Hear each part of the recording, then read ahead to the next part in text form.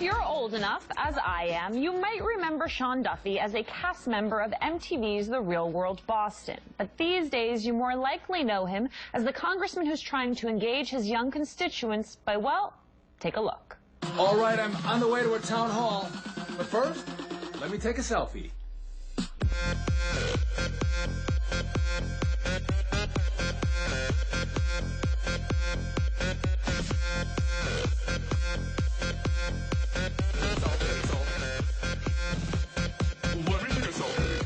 Congressman Duffy joins me now. I got to tell you, Congressman, I have a team that is very hard to impress, and one of my producers popped up from her desk to say, did you watch this? Because it is actually funny. So congratulations. This is a tough crowd.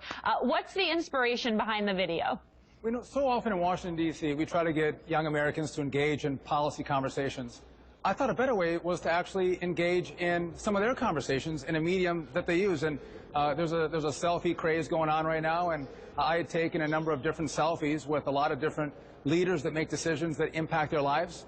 And I thought it'd be cool to make a video that was a takeoff of this popular selfie song. So, and listen, it was successful. I mean, I had a ton of young people engage and reach out and actually start a little conversation, which was the intended purpose. And Congressman, I applaud your effort, because I think that we would be better if more members of Congress were trying to engage with young Americans. And yet, you and I know that tactics are just the beginning. You also have to have a message. So what is your message to your young constituents? I mean, listen, this isn't the end-all, be-all. You actually got to engage people in policy conversations. And my message is, we have to grow the economy. We have to have opportunity for people who graduate from high school, from tech school, and from universities to get out and actually get a job. Right. And even if that economic message resonates with members of this generation, there is a big question for the Republican Party, which is it's a generation that's on the other side of the culture wars, right? A generation that overwhelmingly supports marriage equality, a large percentage of which supports the legalization of marijuana. Do you think the party needs to evolve on culture questions in order to really engage with this generation? Well, I think if you look at this generation, Alicia, what you find is you can't put them into a box. They're not Republicans or Democrats. They're really independent, and they look at what issues resonate with them right now in their lives. And that's why I think the economic message that we offer them is why we've seen a historic number of them move away from the president and come on over towards us. I mean, another big issue, Alicia, is look at education. I mean, we understand that the best pathway out of poverty and into the middle class and beyond is a good education. And I see out here in Washington, you have a lot of liberal elites that send their kids to private school, but we have, you know, some of our poorer communities around America where kids want a good education and they have failing in schools. Democrats aren't willing to join us and offer choice in education so kids can get to a better school, which will mean they'll get a better job and have a better life. I think those are big issues that I think matter for the country across the whole and matter to this generation. You know, Congressman, I have to ask, given your brush with reality television, which is more real, The Real World or Washington, D.C.? Well, I got to tell you, The Real World on MTV was a TV show. What happens here has a real impact on American lives. And so I look at what work we do here and how we can have a positive change on how people interact and how they earn a living. This is far more real in the House of Representatives in Washington. All right, let's talk about something very real. Last week we saw another mass shooting happening on a college campus. I know that this is an issue. It's of critical importance to my generation, and I think there are a few conversations that are being had in tandem, right? There's a conversation about gun violence. There's a conversation about mental health.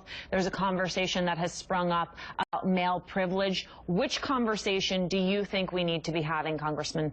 Well, I think we have to have a couple conversations. One, I think we have to work on our mental health laws. We have Tim Murphy in the House here. He's a psychologist who has come out with a bill that would give more resources to train EMTs and police officers to recognize mental illness, to break down some of the HIPAA laws so families can share more information, and actually giving grant money to counties so we can get people who need the help into the treatment centers early on, because mental illness is a huge problem. That's number one.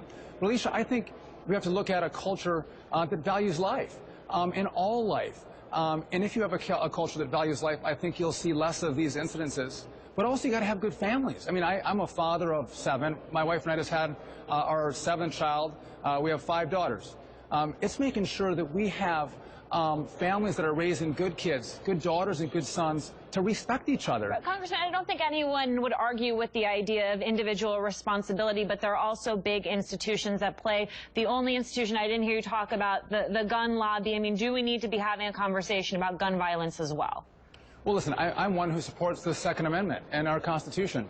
I look at saying, if you have people who have mental illness, they'll go to any lengths to do harm to others. And I think if you take away, look at Chicago, for instance. They have very strict gun laws, and you have gun violence that's rampant in that city. It hasn't done anything to snuff out gun violence. It's taken law-abiding citizens and prohibited them from buying firearms, but the criminals, they'll always get them. But I think you look at what happened out in California.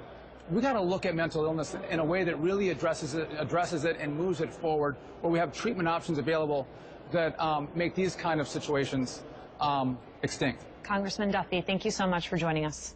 Thanks, Alicia. Stay with us because